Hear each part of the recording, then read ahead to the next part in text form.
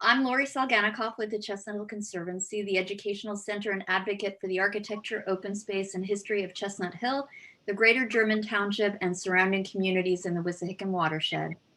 We are proud to present tonight's first ever virtual Salon Talk lecture by Dennis Pickeral, Executive Director of Stenton, as part of our work to help capture, preserve, and amplify a more inclusive diversity of voices in public histories, especially from the historic German Township, which includes Chestnut Hill, Mount Airy, and Germantown. The work done by Dennis and his team at Stenton toward this goal has been remarkable and inspiring, and I truly look forward to being able to visit the site again soon. Tonight's lecture and much of our work this past year has been made possible in no small part by the support of Leadership Circle members and community champions like you. 30% of the Conservancy's income last fiscal year came from Leadership Circle membership. Although we lost a great deal of revenue from the cancellation of fundraisers and programs, Leadership Circle support remains strong and consistent, allowing us to continue protecting and celebrating the area. On behalf of the Conservancy staff, board, and all who love this area, thank you for sustaining the Conservancy and the community. Another community and Conservancy champion is our lead sponsor for 2020, Bryn Mawr Trust, BMT. I'm delighted to let you know that BMT has committed to continue as the Conservancy's lead sponsor through 2021. Jennifer Dempsey Fox, president of Bryn Mawr Trust's Wealth Management, would like to welcome you. And then one of the Conservancy's founders and a great friend of Stenton, Alice Lee Tasman, will introduce Dennis Pickeral. Jennifer? Thank you, Lori. And as Lori kindly introduced me, I am Jennifer Dempsey Fox, president of Bryn Mawr Trust Wealth Management. Our insurance team, Bryn Mawr Trust Insurance Advisors, is located in the heart of Chestnut Hill, across from Cake and Robertson Side Driveway on Highland Avenue. As Lori mentioned, we're extremely pleased to be the lead sponsor and partner with the Chestnut Hill Conservancy for 2020 and to recommit for 2021, where we truly hope we'll have the opportunity to be with everyone in person. For over 130 years, Bryn Mawr Trust has served the financial needs of individuals, their families, and businesses for their banking, wealth management, and insurance needs. I invite you to learn more about us by visiting bmt.com, or feel free to reach out to me at jfox@bmt.com, and I'll connect you with a member of our team. I would like to turn this back over to Alice Lee Tasman, who has a long tenure as a CHC board member and co-founder, to introduce our speaker. Thank you. Thank you. And thank you, Madam Hostess Lori. Ladies and gentlemen, it is a great honor for me to introduce Dennis Pickeral, Executive Director of Stenton, a National Historic Landmark in Northwest Philadelphia, administered by the National Society of the Colonial Dames in the Commonwealth of Pennsylvania. He has been director since 2008. As I am a retired president of the Society and currently the development chair, Dennis, who is a dear and wonderful friend of mine, and I have worked together all these years, specifically raising $5 million for our capital campaign and our James Logan Award dinners, the primary source of our funds for our educational History Hunters program. Dennis holds an MA in American Studies from Penn State and a BA from Virginia Commonwealth University.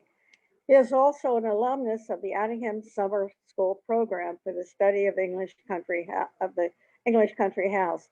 For the better part of a decade, Dennis served as the president of Historic Germantown and remains active on the executive committee. This consortium of 18 historic sites, an arboretum, and an art museum located along America's longest national historic district is unique in the Philadelphia region in its efforts to harness the power of collaboration among cultural institutions. Dennis is currently the project director for Inequality in Bronze, Monumental Plantation Legacies, a multi-year project at Stenton funded by a major grant from the Pew Center for Arts and Heritage. Dennis will share insights from the project, which aims to create a community inclusive process that will result in a new memorial to a once enslaved woman named Dinah, who lived, labored, and was buried at Stenton. I think, Dennis, it's time for you to stand up and start. Well, thank you, Owsley, for that lovely introduction. I appreciate it. And thank you to all the Chestnut Hill Conservancy staff who invited me. I'm really delighted to be here with you tonight, and it's an honor to be the first speaker in your series. I'm going to take a moment here and just share my screen so you can see a slideshow that I have to share with you. That. And can everyone see that okay? Okay, excellent. So as Alice Lee said, I want to share with you a little bit tonight about a project that we've been doing since 2018 called Inequality in Bronze. And I thought, I see a lot of familiar faces here tonight, which I'm really happy about. And I know a lot of you are familiar with Stenton, have been to Stenton. But if you haven't been recently, it has changed pretty dramatically over the last decade. So I thought I'd spend a little bit of the first half of the presentation just giving you a kind of a whirlwind tour of Stenton and some of the projects that we've been working on during that time. And then we will shift gears into the Inequality in Bronze project and talk about that. So just for those of you who are not familiar with Stenton, just to give you a little bit of background, it's a historic house. Actually located in Nicetown, so it's just below Germantown on the edge of North Philadelphia. The house was completed circa 1730, so it's one of Philadelphia's early survivors, and it was completed by the gentleman that you see in the upper right, James Logan, who was arguably the most influential and powerful man in Pennsylvania in the first half of the 18th century. And that is primarily because he came to the colony as William Penn's secretary, essentially the Penn family's agent. And so he represented the proprietor's interest throughout his lifetime, really. Stenton is also one of our city and really one of our nation's great preservation stories, in that it has been administered by the National Society of the Colonial Dames in Pennsylvania since 1899. So here you can see a group of our dames on opening day in 1900, when the museum was officially open to the public. And just a little sense of what you'll see when you come to Stenton, if you haven't been there before. So I mentioned that over the last decade, Stenton has transformed quite a bit, and that's in large part due to the scholarship of our curator, who a little over 10 years ago completed a room furnishing study, really taking a survey of all of the documentation that is known out there about Stenton, the objects that are out there, and kind of looking at that information and thinking about the best way to present Stenton. Another really important event in recent years, this happened in 2014, was that we co-hosted a conference with the McNeil Center at McNeil Center for Early American Studies at the University of Pennsylvania on James Logan and his world. So this brought out a lot of new scholarship about Logan, which was really important at the time. And at the same time, we hosted a major exhibition called Logania, Stenton Collections Reassembled. And this was looking at really all of the Logan objects that were out there, not just what was in our collection, but was in other public and private collections, trying to pull as many of these things back to Stenton. And we were able to successfully do that. And actually, a lot of those objects have remained at Stenton, which has just given you a much fuller sense of what the house was like when James Logan lived there. And also really putting these objects back into context. Now we're approaching, I'd say, about 70% of the objects that you see at Stenton actually have Logan family or associated provenance when you come to visit the site, which is very rare for a historic house. It's rare to keep the objects in context. They include very sort of rare objects and unusual objects like this early spice chest and bench that belonged to James Logan, his pocket watch, this ancient Greek skyphos, which for a long time was really thought of as perhaps the first antiquity to come to the colonies. We now know through new research that Greek and Roman antiquities were being sent to Jamestown, as early as Jamestown, but still a very early documented piece. This was sent to James Logan by a colleague of his in London, part of this Enlightenment worldview of absorbing everything from sort of the Greek and Roman worlds and the scholarship that they created. Even simple things like Queen Anne chairs with Logan provenance. When I came to Stenton, we had 2 of these in our collection. Now we have half a dozen with Logan provenance and other similar examples representing those objects that were known to be in the house. And archaeology has really changed the house dramatically too. I'm lucky enough to be married to an archaeologist, and we've really taken advantage of her, absorbing a lot of free consultation and pro bono work over the years. And one of the first projects that we did was to look at past digs, and there was a lot of unfinished work. And in this case, we went back and mended or reassembled ceramics from one particular feature. And we found that we had over 227 nearly intact ceramics just from that one feature alone. So then we were able to bring those back into the house. You can see some of that here on the tea table. And even to look at documentation, in this case, James Logan's inventory, which told us that he stored his china in the parlor, in the best space in the house, and to really put those objects back into the context from which they came. Which is very unusual when you're talking about archaeology. You don't often have the opportunity to do that. We've been opportunistic in bringing Logan family objects back to the house as well, such as this Logan tinder lighter, which James Logan etched his name on, if you look at the image down below there. And also cultivating Logan descendants, in this case, this gentleman who was a beloved supporter of Stenton and a Logan family descendant, recently passed away, but he's bequeathed this portrait of James Logan's eldest daughter and a case clock that belonged to James Logan's eldest son to us. So those will be coming back to Stenton within the next couple of months. Doing, again, more research on these objects, finding out, learning more about the meaning and origin and how they might have been used. This unusual redware bowl that you see here, or pan, has this kind of funny looking image in it, this abstract looking figure. But if you look at the image on the right, you can see very clearly the source, which is one of 4 well-known paintings, 4 Kings of the Iroquois. And for us at Stenton, this really helps us tell the story of Logan's interaction with Native Americans in a way that we couldn't do before, with a really tangible object to tell that story. And then sort of finally, one of the more recent projects that we've just completed within the last few years is a major restoration of the Yellow Lodging Room, which is on the 2nd floor and was the second most expensively furnished room in the house that James Logan, when James Logan lived there. And this is an image of the house from about the time that I started at Stenton. It was still furnished at that time with fabrics and things basically from the 1970s, but one of the kind of unknowns was, you can see these 2 red circles toward the top of your screen there. Well, those are U-shaped hooks, and they're original hooks that survive in the plaster in the ceiling. And you can see these in the lodging rooms throughout the house. And no one really knew what they were for prior to this. So our curator embarked on a search to determine what they were and how they were used. And we started with things like Logan's inventory.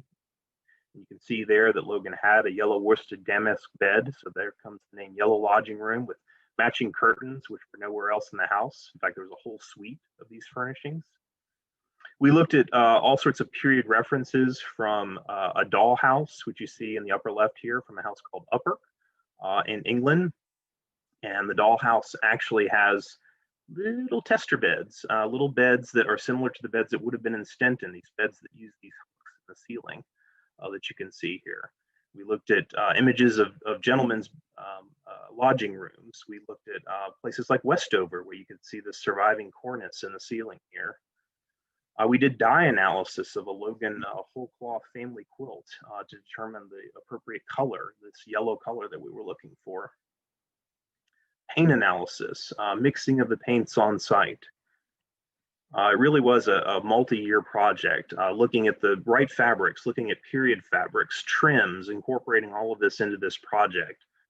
And the result is this really stunning space, which is dramatically different from the picture that I showed you just a few slides ago, where you have this very still kind of goldish, but very bright and vivid yellow color.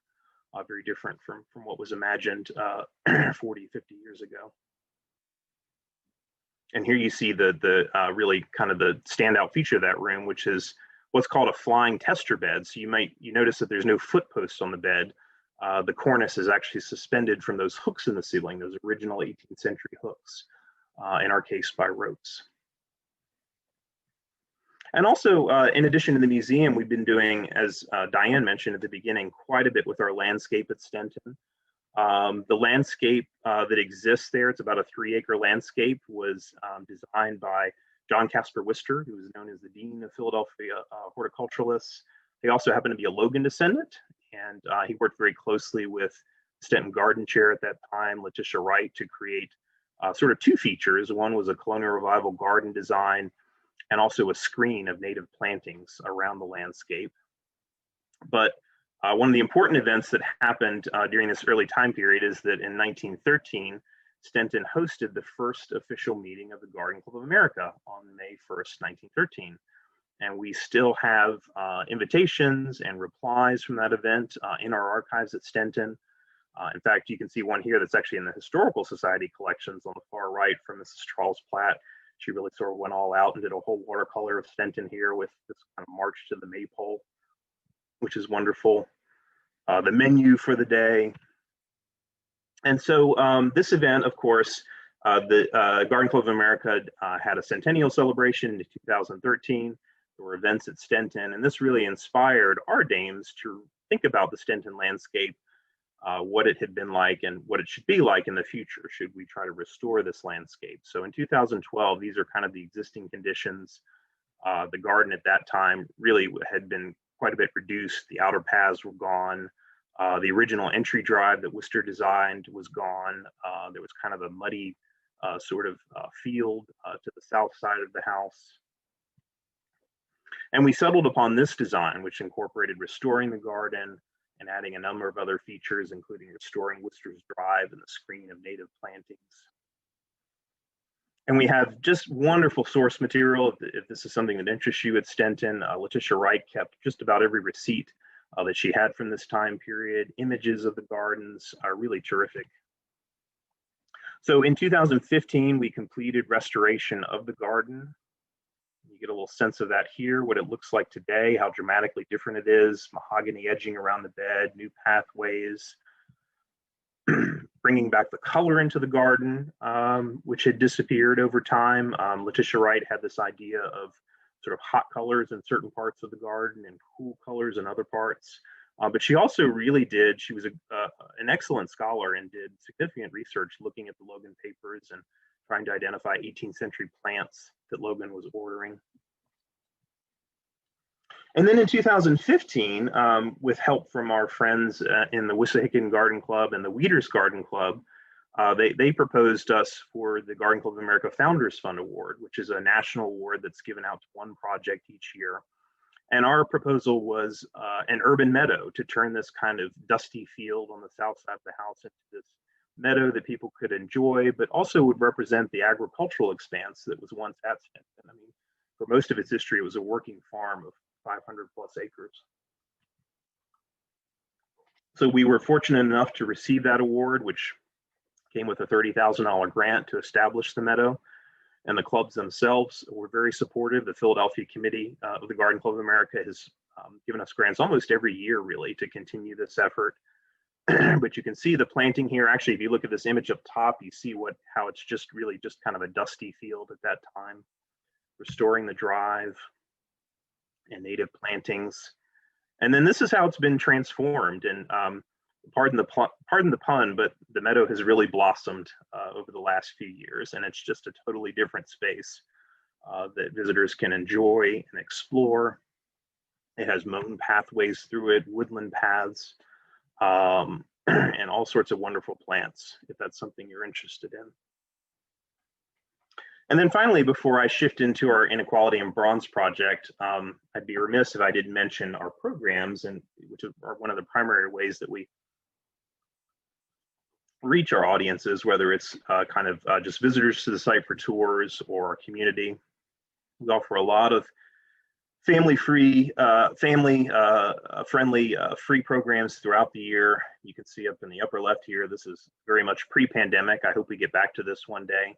But a lot of things to try and engage families in our neighborhoods. And our principal education program, which Alice Lee mentioned, is our History Hunters program, which is a really phenomenal program, national award winning. What's unique about it is it's not just Stenton, but it's a collaborative effort that involves 4 historic sites and the LaSalle University Art Museum. So kids really get a year-long curriculum. It's targeted to underserved Philadelphia school children, brings about 4,000 kids through each year, about 40,000 kids served already. Free bus transportation, free workbooks, and it really is the little engine that could. It continues to get better each year, and we continue to have very high demand for the program. So that is a whirlwind overview of Stenton, and now I'm going to shift gears and talk about what we've been doing the last 2 years, the focus of our efforts, this Inequality in Bronze project, which is subtitled Monumental Plantation Legacies. So the idea for this project came about, it's probably 2017 or maybe even just a little bit earlier. We were approached by the Philadelphia Association for Public Art, which manages most of the public monuments in the city's collection, about the object that you see on the right. And it's probably a little hard to read, but it's inscribed James Logan. It's a monument to Logan. It's a 3-sided bronze monument.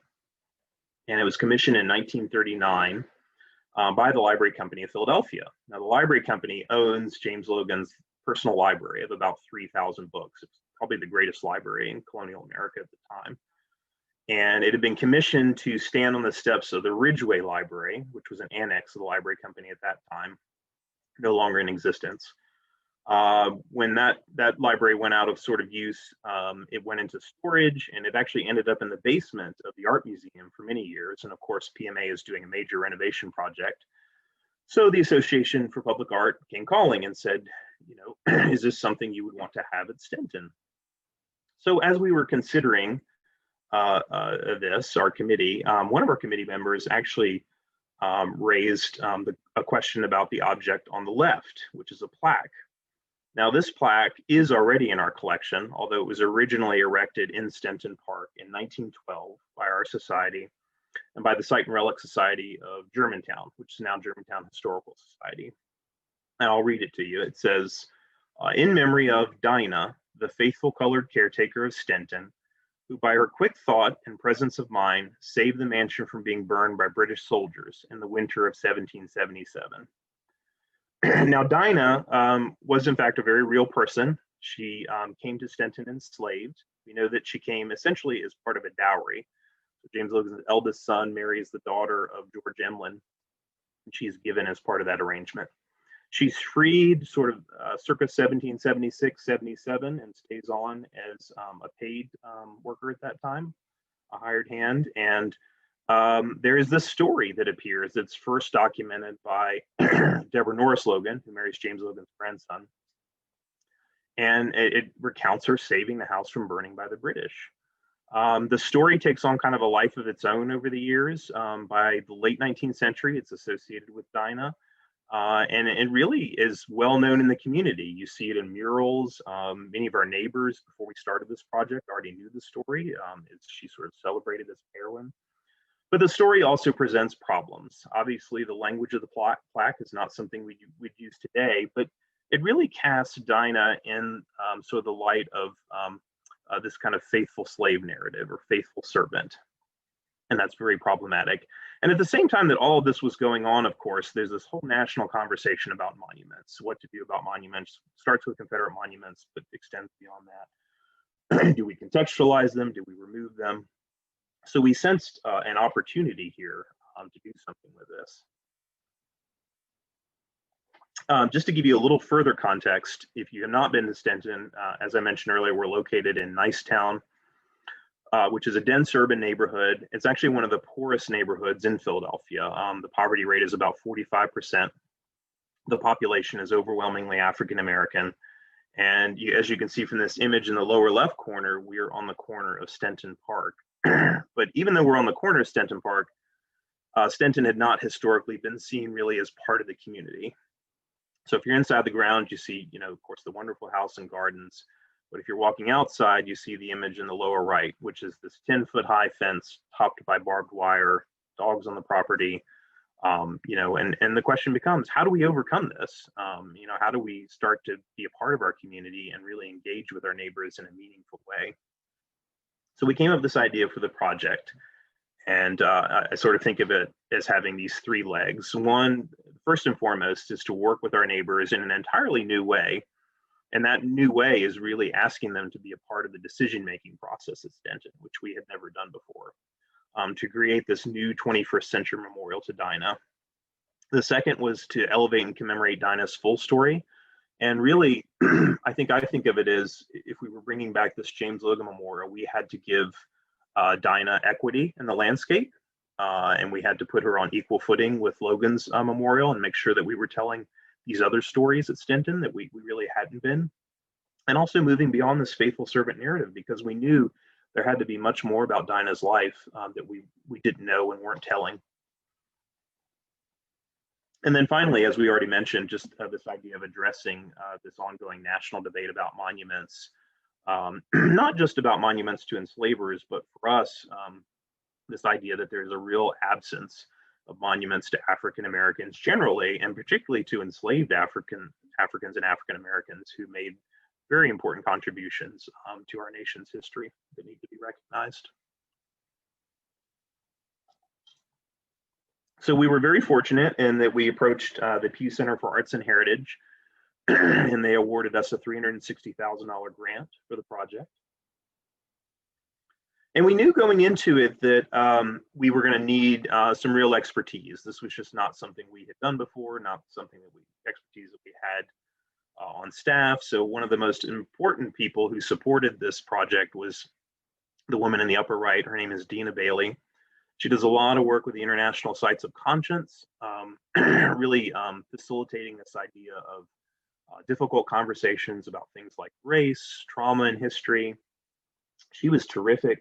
She had just a great way of making everybody comfortable and feeling at ease, and yet at the same time, getting us to a place where we could have difficult and challenging and meaningful conversations each time that we met. I really don't know that we could have done this project without her advice. On the lower left, you see Nisa Page Lieberman, who was our public art curator for the project, and she helped us structure a process to identify the best artist for the design of the memorial. We also had a whole team of project advisors. These are really people on the forefront of public art and also interpreting African American history and indigenous history in public spheres. So people like Paul Farber and Ken Lum, if you've heard about or read about Monument Lab in Philadelphia, they spearhead that. They were really great with a lot of good advice for us. And we had, very importantly, a team of community ambassadors that we decided from the outset was just crucial. We knew we couldn't just go out to our neighbors and say, here's what we want to do. Come join us. You got to trust us. We knew that it was going to take time and relationship building, and that we needed allies to help us do that.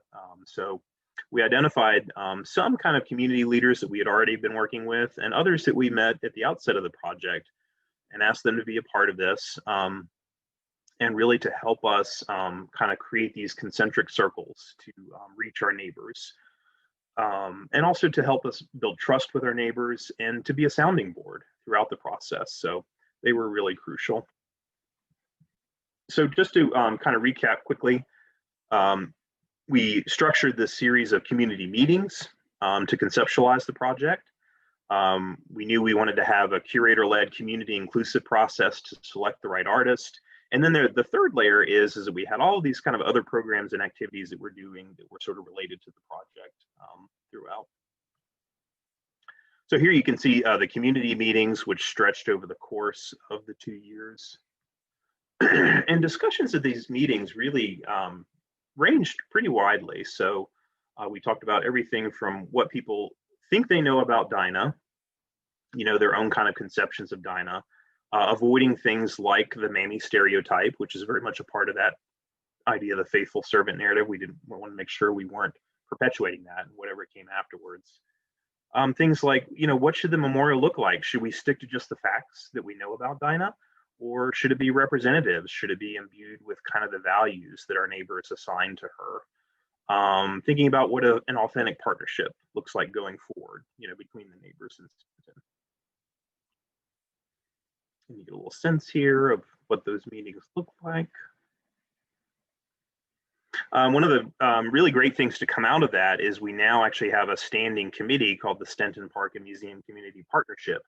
This was a relationship we didn't have before with the park, where a number of these kind of community ambassadors and participants at the meetings meet monthly at Stenton, and we talk about how we can collaboratively program with both the museum and the park, work at the rec center, advocate for improvements to the park as a whole, and think about what our community needs are. So here we actually co-hosted a community health fair, which was very much outside of our wheelhouse. But at the same time, we opened the museum up that day and actually walked people in the gate. And I'd say we had 50 new neighbors who had never set foot in the museum, never felt welcome to set foot in the museum, who joined us that day. So, as we were having these community meetings, we were very carefully collecting all the data. We were making sure we had good records because we wanted to make sure we could share this information with the artist. It was very important for the artist to consider the community input. We also knew going into it that we needed a certain standard of excellence for the artist, so it wasn't going to be just kind of an open call. So we worked closely with our team of advisors who came up with a list of international artists who we thought would be good for the project and put out an RFP. We ended up with about 20 responses to that RFP and then whittled that down to 3 finalists, who you see here. Lavon Bell from St. Croix, Ventura Davis from LA, and Karen Olivier. And we invited the 3 of them in September of 2019 to come to Stenton. We paid for them to come and held 2 community meetings that day and invited all of our participants in the previous meetings to come and hear presentations by the 3 artists of what their concept for a new memorial to Dinah would be.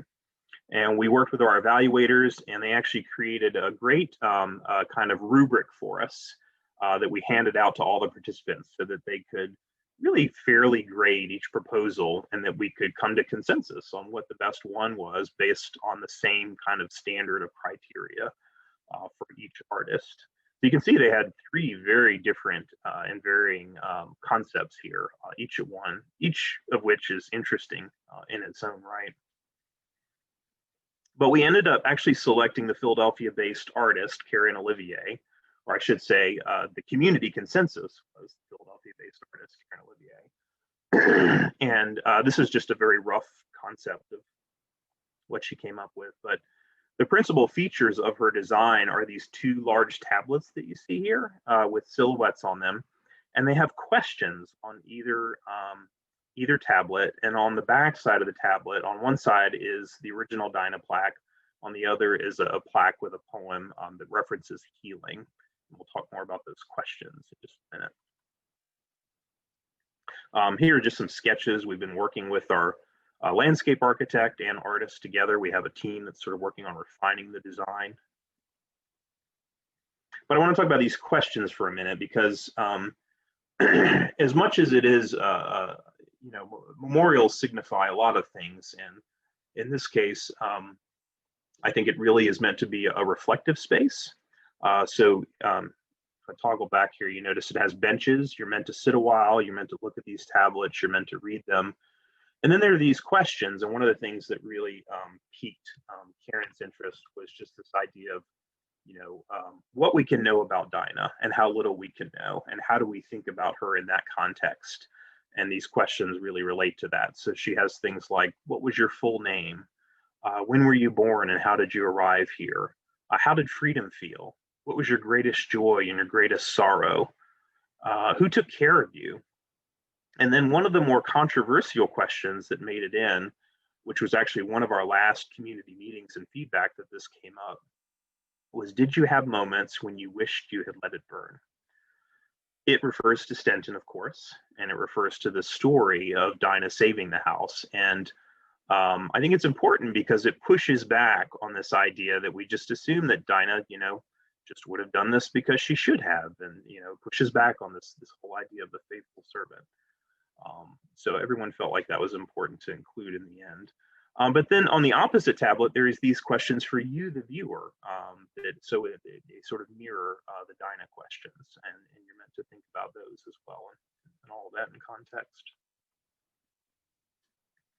I mentioned some of the other activities that we've been doing as part of this. So I look at this project in large part as really rethinking the interpretation of Stenton. The idea that we're not going to just exclusively focus on the Logan family, but really think about the larger community that lived at Stenton. So for the first time, we opened space in the garret where we knew there were service spaces, and interpreted those with what we knew about slavery at Stenton and indentured servitude and the tenant farmers and all of that. We actually had some money in the Pew Grant to do a ground penetrating radar study. We knew Dinah had been buried somewhere at Stenton. We didn't know where. There were some early 20th century references to her being potentially buried near where the tablet was erected in Stenton Park. So we spent about $5,000 of the grant funds to explore that area, and frustratingly found nothing. And then even more frustratingly, but excitingly, we figured out why. So we've been doing ongoing research throughout this project. And in February of last year, we were at the Historical Society looking through a collection of Logan family papers that we really weren't familiar with because they were in a part of the family that had married into the Logan, so where they weren't in the main Logan family papers. But we found a group of Logan family almanacs in there, and sure enough, in one of Deborah Norris Logan's almanacs, she notes when Dinah died on February 23rd of 1805, and also that she was buried in my garden and that she'd requested during her lifetime to be interred at Stenton. Now we know the rough boundaries of that garden, and they're essentially where the meadow is. So this will be a future project to really try to find her final resting place. It makes, I think, the memorial resonate all the more, knowing that she's there at Stenton.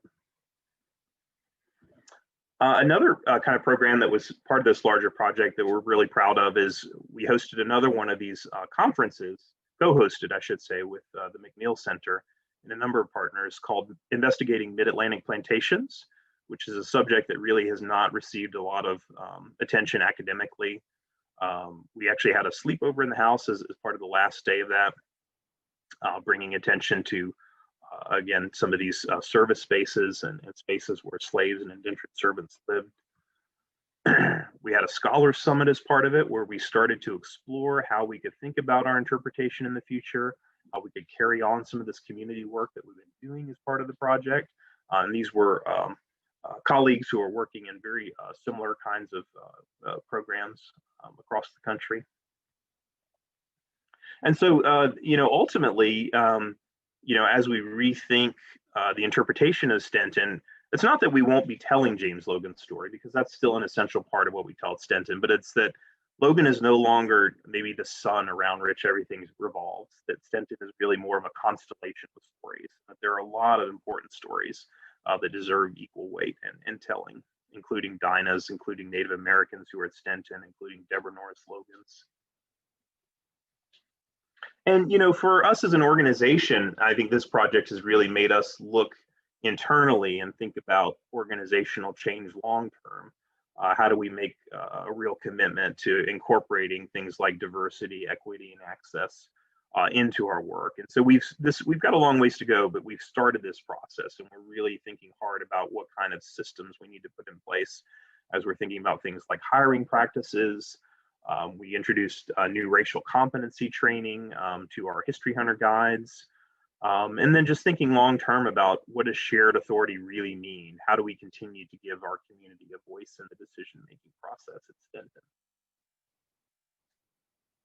So all of this material we have archived on Stenton's website. So if you go to stenton.org, there's a tab that says Dinah Now. And you can look at all of this. You can look at the designs for the memorial. You can read the community reports. There's summaries of some of the programs and things like that up there. It's all available publicly, and I hope you will take a look at it. And as we look to the future, The next step, of course, is actually constructing the memorial. So we've more or less completed the design process at this point. We need about $100,000 to construct the memorial. So we're in the process of talking to funders about that. And we're hoping that we can complete it and unveil it in 2021 and hopefully have a great public celebration like we can't do now, of course. But the future of Stenton, I think, is again, rethinking the interpretation, telling more of these other stories, giving equity to these other stories, and then not letting the hard work that we've done of building trust with our neighbors and building these new relationships fall off. That we've got to find ways to maintain these relationships, build on them in the future. So I will stop there, and I'm happy to answer any questions there might be about it. Thank you.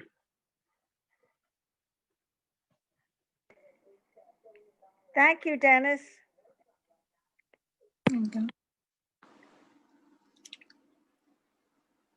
Thank you, Dennis.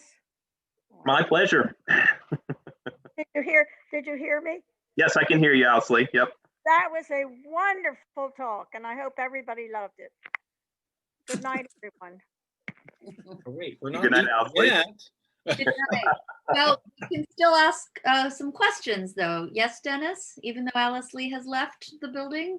Yes, I'm happy to hang around and answer any questions there might be. Wait, I just wanted to say, it's George. Hello, George. Hey, Dennis.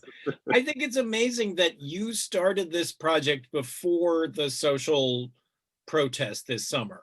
I mean, that it really, it's a real testament to your vision and, and sort of radar on these kind of issues, that you got this going and you had this amazing opportunity and you really maximized it. So big applause to you.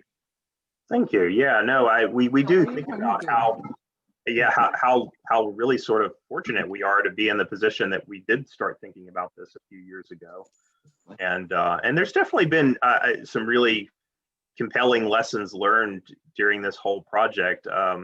I mean, one of the real takeaways from this is, as I've gotten to know, particularly our community ambassadors, and we've developed trust with each other, and we feel like we can be frank. As I really remember one conversation we had with a gentleman who's with the Stenton Park Rec Center, and he said, Dennis, he said, can I be frank with you? I feel like we can talk to each other and be truthful, right? And I said, oh yeah, of course, let me know what you're thinking. And he said, would I be part of this project if you were thinking about how to retell the story of James Logan? In other words, he doesn't want to be a part of just telling African-American stories at Stenton. He wants to be a part of telling all the stories at Stenton. So. I just, this is Diane and George. Hi, cousin George. I just saw something about the idea of African-American history is part of American history. And right. that's what we have to remember, that it is not separate. It is part of our whole experience. And that's what Stenton does so well.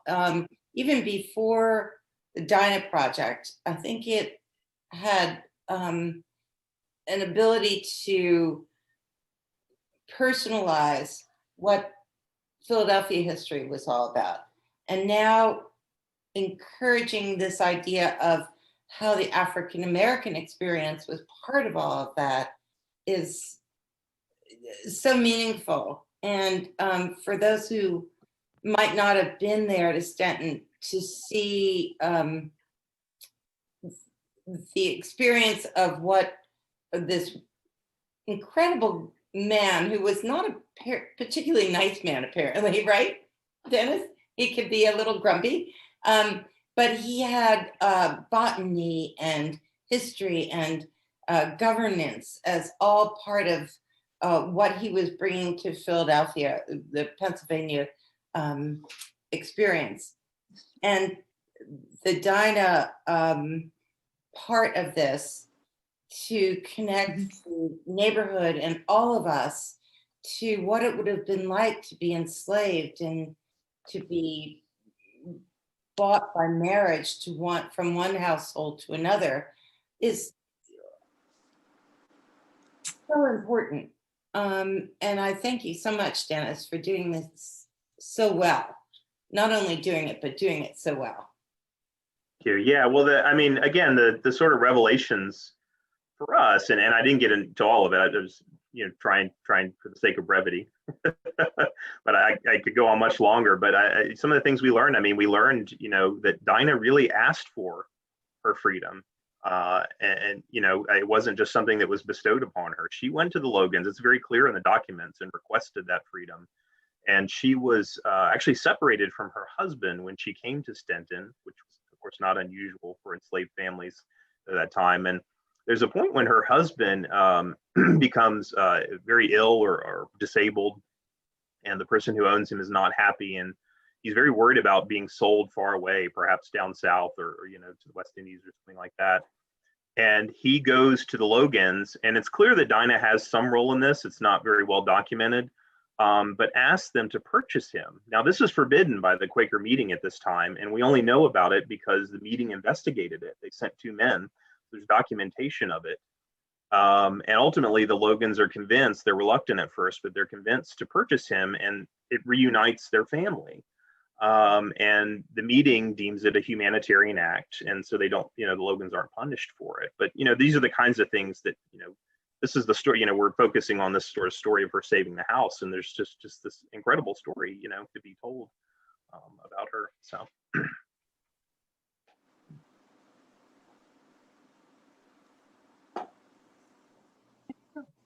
Question.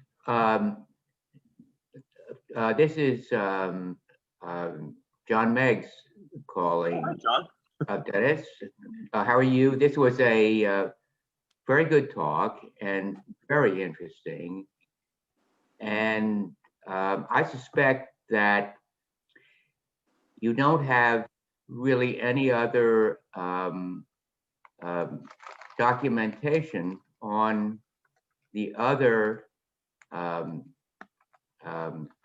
enslaved people there. This is such a very interesting and a burgeoning field in our history.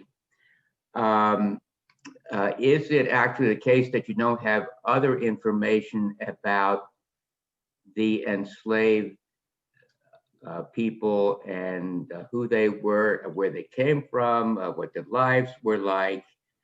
Because everybody's asking those sorts of questions, as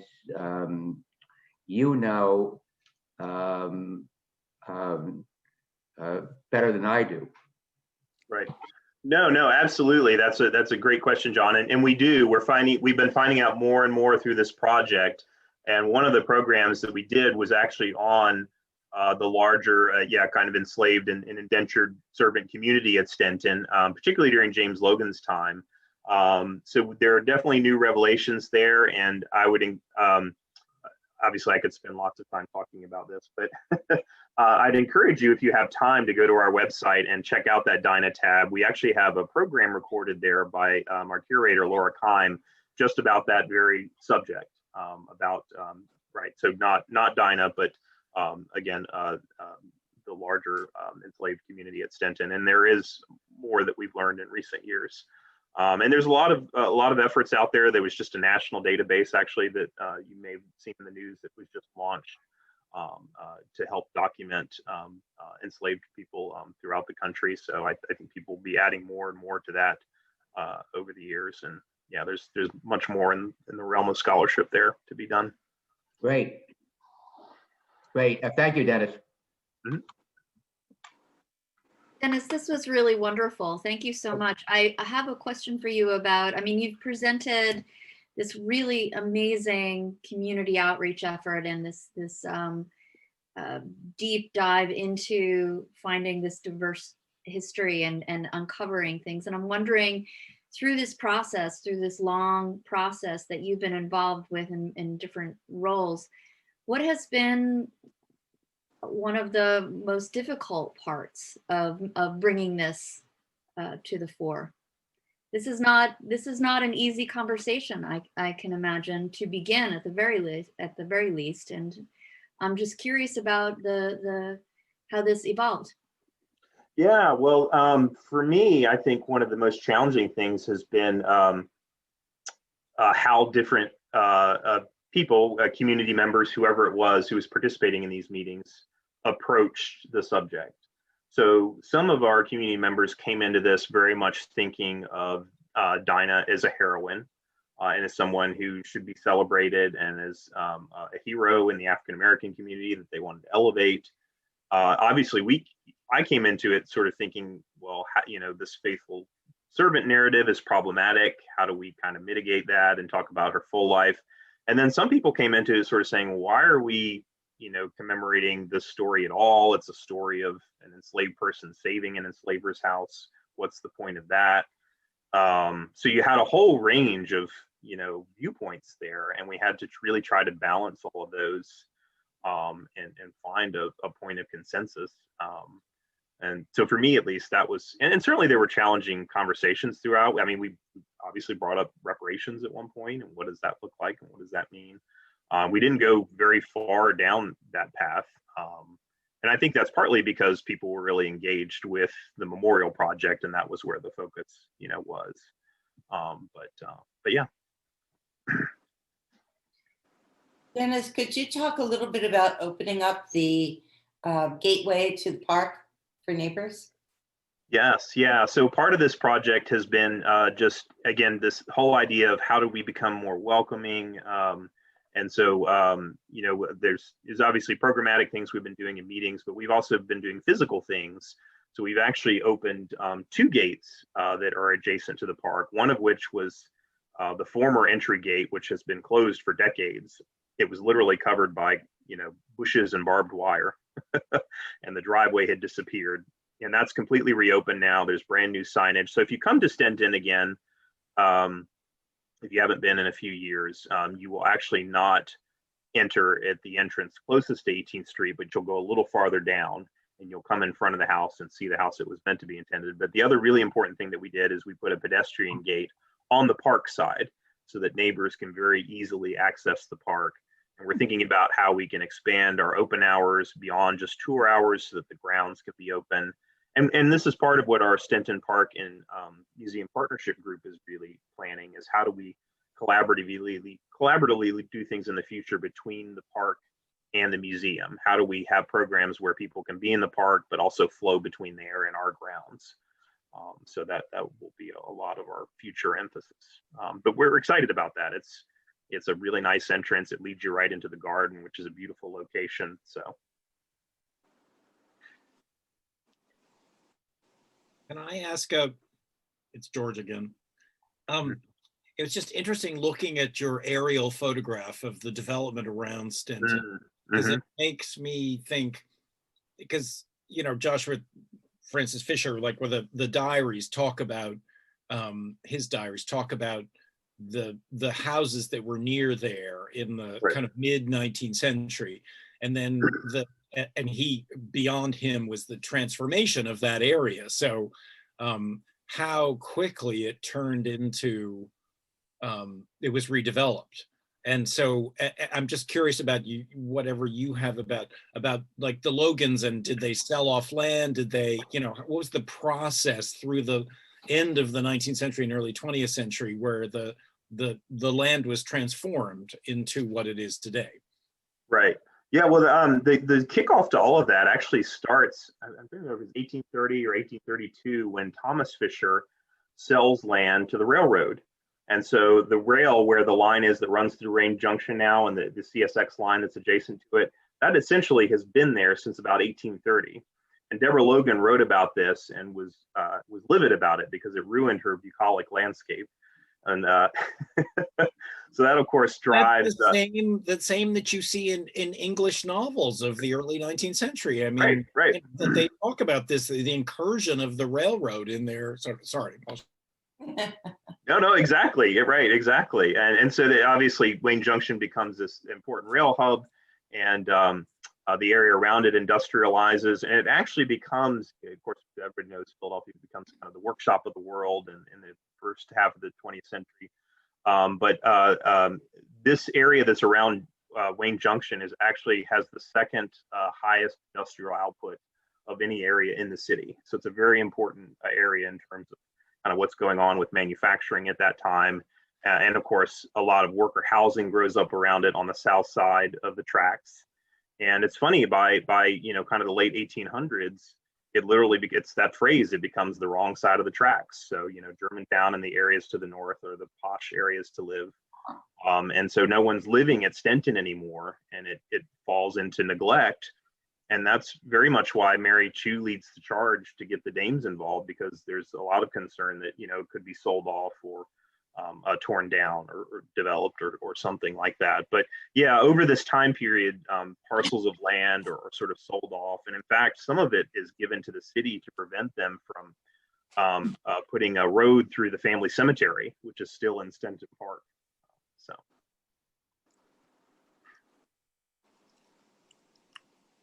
It's just because there were, the Butlers, the Ingersolls, all sorts of people had houses there, and they just all bailed out. And it's interesting that the Logan descendants had a sense. I mean, granted, they had a house that was far more important than most of those other houses, but in architecturally and historically. But it was just interesting that they held on. Yeah, I think there are maybe upwards of sort of 10 descendants that kind of jointly own the land and property by the time that they ultimately make a deal with the city. They actually sort of make this arrangement with the dames in 1899, and it's still privately held until 1909, when they finally, the property's finally condemned and the city pays them an award, and the city takes possession of the property at that time. So. Is that normal, Dennis? I've never heard of another situation like that. I don't know enough about. I mean, I know certainly the city's acquiring properties, particularly in Fairmount Park, in a similar way around this time period. I can't think of an example offhand. But one of the interesting things is the Logans intermarry with the Foxes at this time period.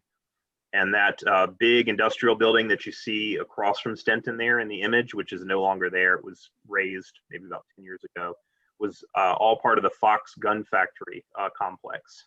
So, Dennis, John Drinker, what about the long-term viability of Stenton and as its relationship to the city? I mean, is there any risk of if the city's coffers go down the tubes that they might look at tapping into the value here?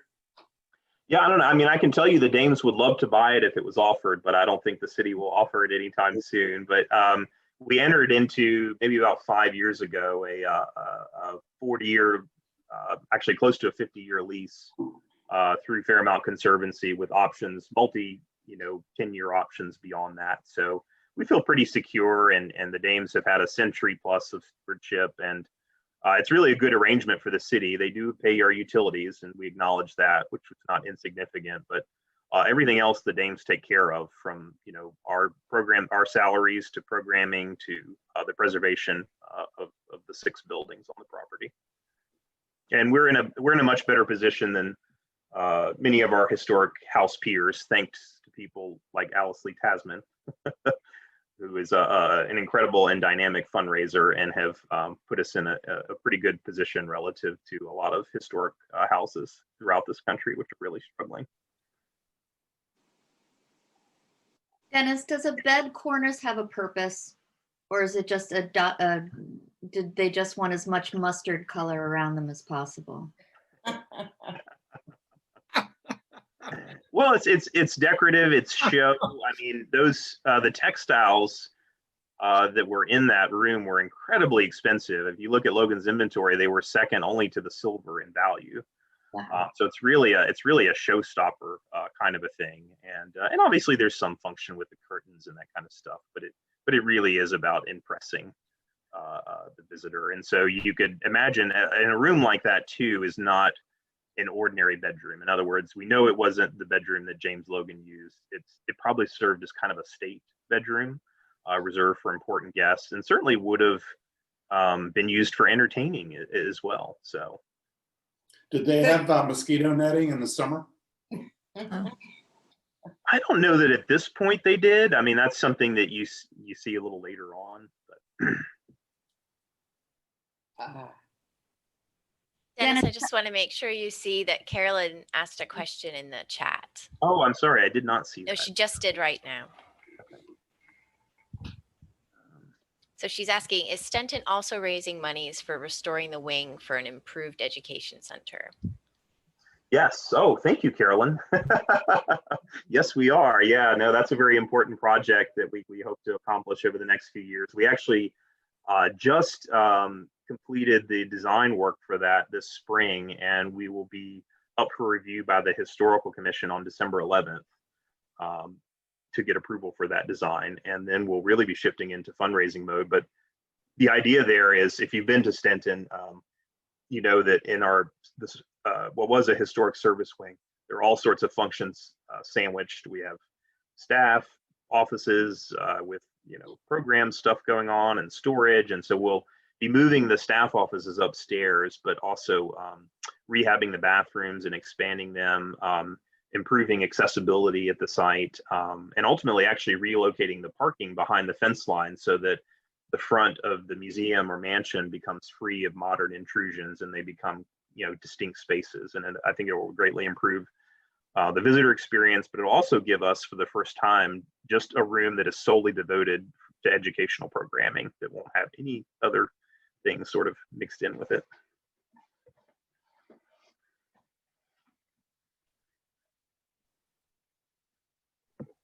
Dennis, who was the architect that you have been working with on the plans? Krieger and Associates. Although we've explored a few different plans in the past, so it's been many years of thoughtful planning. But there's consensus now. Everyone's happy with this plan, and I think it'll be about a $3.5 million project, but it'll be vastly improved when it's all done. I have to say, he's a supporter of the Conservancy, so. Oh, good. I'm glad to hear it. Yeah, we've enjoyed working with Jeff and his team. So. And I also want to acknowledge that this is Carolyn Adams, that Laura Klime's part of our collections committee. And really? Yes, and she's done several slideshows for our Night of Lights, and we're very grateful for her advice and guidance. Good. Laura is one of the best at what she does, so you've got a good one there. Yeah, she celebrated her 20th anniversary with us. I guess it was last year. So. Yeah. Before we close, I'd like to just thank Dennis. This kind of came together because I was on a site visit for a grant that we gave from the Philadelphia Committee of the Garden Club of America. And I was so blown away by his plans for the Dinah Memorial and what they've done with the community investment and inclusion, that when we started talking about what could we do that would be meaningful for a salon talk, it just rose to the top of topics that would be something that would interest all of you and would be meaningful.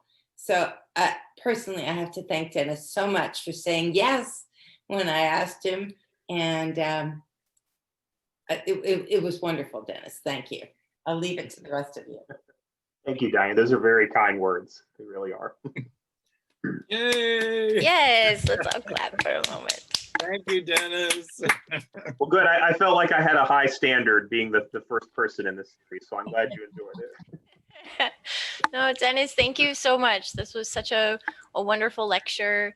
I thank you everyone for your amazing questions, but truly I want to thank you, Dennis, for giving us this insight into your current work at Stenton overall, and especially this powerful project. I want to thank Lori, Jennifer, and Alice Lee for helping to make this first virtual salon talk so welcoming. And Diane, you took the words out of my mouth. I was going to make sure to mention, we're so grateful to you for connecting us to Dennis to make this happen. And of course, And perhaps most importantly, thanks to all of you for attending tonight's event and for everything you do for the Conservancy. Because of your support and under the board and Lori's excellent leadership, we have responded creatively and collaboratively to the many challenges of this year. And of course, the challenges aren't over yet. So with this in mind, we're very, very grateful for any additional support you can give before the end of the year so that we can meet our fixed costs and focus fully on the challenges and opportunities ahead. And if you'd like to donate this evening online, I will share the link to do that now in the chat. I do want to say too, just as important as any gift that you can choose to make, and thank you for your gift, I'd also ask you to share what you love about our work with your neighbors. Because everyone here tonight, you're truly our community champions. And if you know someone who is passionate about the Chestnut Hill area, I hope you'll share with them the important work that you do to support and sustain the places, spaces, and history we treasure. So thank you again. This was such a lovely evening. Thank you so much, Dennis, and congratulations on a very successful Giving Tuesday yesterday, by the way, for Stenton. Well, very well. We're very pleased. It will be such a pleasure when we can gather together for a Salon Talk again in person, and I can meet many of you in person for the first time, hopefully very, very soon. Are there any last questions, any last thoughts before we leave? Thank you so much, everyone. I hope you enjoyed your cheese bags for those of you who got them. Grounded. Thank you very Okay. much for the Everyone, you are all invited to our January 10th annual meeting featuring our preservation awards and membership vote on our 2021 board, and also our virtual lecture on January 21st by Rob Fleming entitled Accidental Master Plan, The Fortuitous Open Spaces of Chestnut Hill. So with that, we will say good evening and thank you all so much. And thanks also to Heather for organizing this. Dennis, this was really wonderful. Diane, thank you for bringing this to us. And thanks again to all of you for your support and for coming out tonight. Have a good evening.